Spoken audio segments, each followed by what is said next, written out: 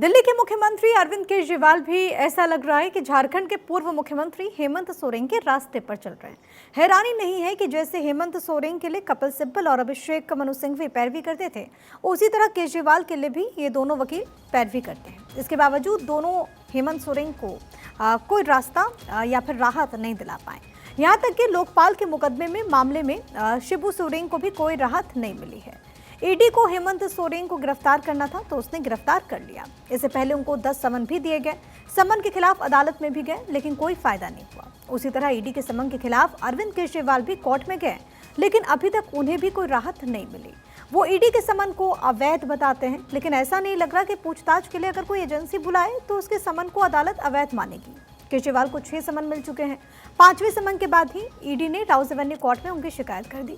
इस पर 16 मार्च को अब सुनवाई होगी।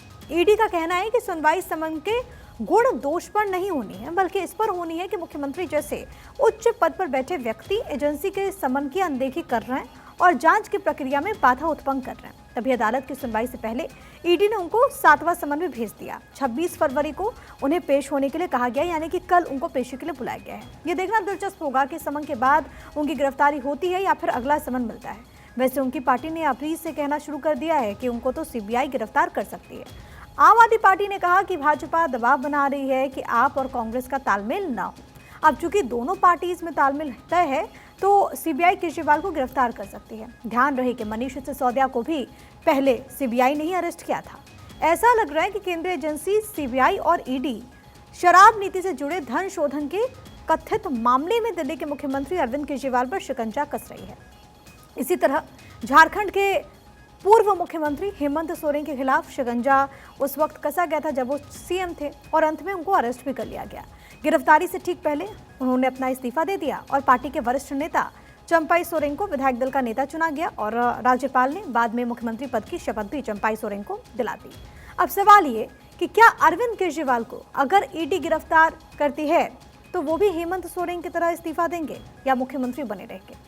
उन्होंने ईडी के पहले या दूसरे समन के बाद ही दिल्ली के लोगों के बीच कथित जनमत संग्रह कराया था, जिसमें लोगों से पूछा गया कि अगर केजरीवाल गिरफ्तार होते हैं तो उनको इस्तीफा देना चाहिए या फिर नहीं।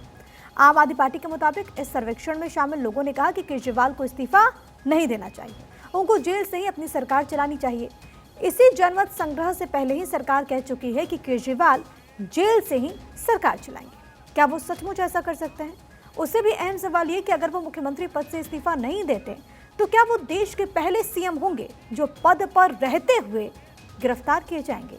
ये बहुत दिलचस्प स्थिति है। अगर वो इस्तीफा देते हैं तो किसको मुख्यमंत्री बनाया जाएगा?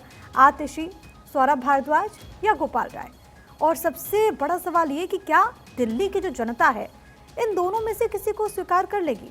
कुल मिलाकर राजनीतिक विशेषज्ञों का यही मानना है कि केजरीवाल का राजनीतिक भविष्य अब संकट में है और केजरीवाल इन मुश्किलों से निकल आते हैं या फिर और ज्यादा फंसते हैं, ये तो आने वाला वक्त ही बताएगा।